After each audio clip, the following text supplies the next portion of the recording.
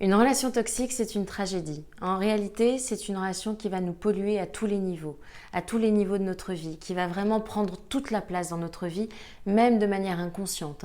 Elle peut envahir nos rêves, elle peut envahir nos modes de comportement, notre intimité, tout ce que nous goûtons, nous y pensons en permanence, ça prend vraiment toute la place.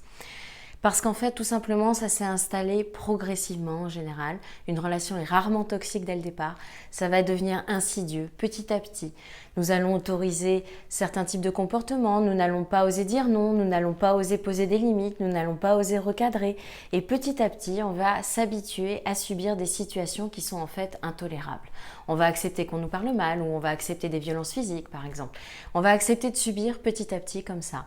Et ça va devenir en général crescendo, comme une spirale descendante qui nous attire de plus en plus profond, de plus en plus toxique. Donc, le drame de la relation toxique, c'est que cette pente descendante et progressive qui s'accentue va nous mettre dans un état de sidération où en fait on ne comprend même plus ce qui nous arrive, on n'a même plus conscience, on continue de subir petit à petit. On sait qu'on est mal, mais on ne sait pas pourquoi on est mal, on n'arrive pas vraiment à identifier les causes. Comment j'ai pu en arriver là? On continue de se raccrocher aussi à l'idée que ça va changer, qu'on va s'en sortir, que la relation va aller mieux, que peut-être ce patron va déménager, changer d'entreprise un jour, que peut-être le conjoint va se réveiller et changer de comportement, ou on a toujours l'espoir, ou que les parents vont enfin réaliser à quel point ils ont pu être toxiques ou maltraitants. Quel que soit le contexte de la relation toxique, qu'il soit familial, professionnel ou amical, ce sont toujours les mêmes enjeux, les mêmes dynamiques qui sont présentes. C'est toujours cet état de fascination, de sidération qui fait qu'on reste bloqué dans la situation, que l'on continue de subir tout simplement parce qu'on ne comprend plus ce qui nous arrive. Et pour sortir de cet état-là, pour enfin pouvoir se réveiller, trouver l'élan et la force de se réveiller, on a besoin d'un déclic fort. On peut avoir besoin que l'entourage, à ce moment-là, nous aide à prendre conscience à quel point ce que l'on vit n'est pas normal, à quel point ce que l'on vit n'est pas sain, que l'on n'a pas à accepter ce type de violence ou ce type d'intrusion ou ce type de harcèlement ou ce type d'insulte, que nous n'avons pas à accepter ça, que ce sont des comportements malsains. On a besoin de l'entendre et de l'entendre régulièrement.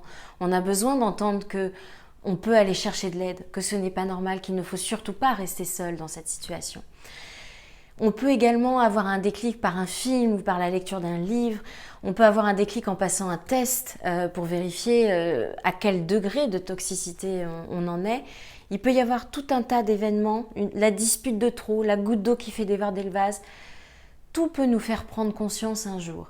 En général, on a l'instinct, on le sait depuis longtemps quand on subit une relation toxique, on n'a juste pas encore osé se l'avouer, ça n'est pas encore monté en conscience tout simplement.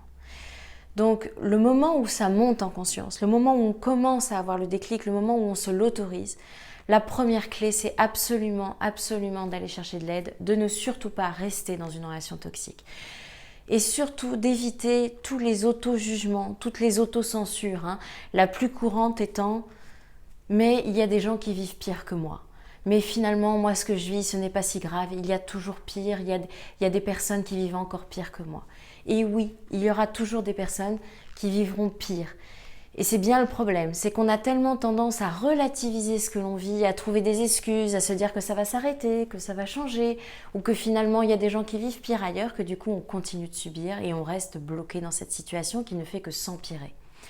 C'est là, c'est maintenant. Sortir de la relation toxique, c'est une décision à prendre ici, maintenant. C'est vraiment décider de ne plus subir, décider de cesser de souffrir, quel que soit le degré de toxicité, quel que soit notre degré de souffrance. Nous avons tous droit à des relations saines, conscientes et épanouissantes. Nous n'avons pas à subir, ce n'est pas une fatalité une relation toxique, il y a toujours des moyens pour en sortir. Et la première clé, c'est déjà d'aller chercher de l'aide, d'oser demander de l'aide à son entourage ou à un thérapeute, de se faire accompagner, de lire un livre, de faire vraiment tout ce qu'il faut pour en sortir. Parce que même lorsque l'on a la sensation que ce n'est pas si grave. En réalité, c'est grave. Si vous êtes en souffrance, si vous marchez sur des œufs, si vous avez perdu confiance en vous, si vous appréhendez tout le temps la réaction de l'autre, si vous êtes pollué, si vous êtes épuisé par cette relation, rien de tout cela n'est normal, rien de tout cela n'est sain et il existe des moyens d'en sortir et de dire un non. C'est une décision à prendre ici, maintenant.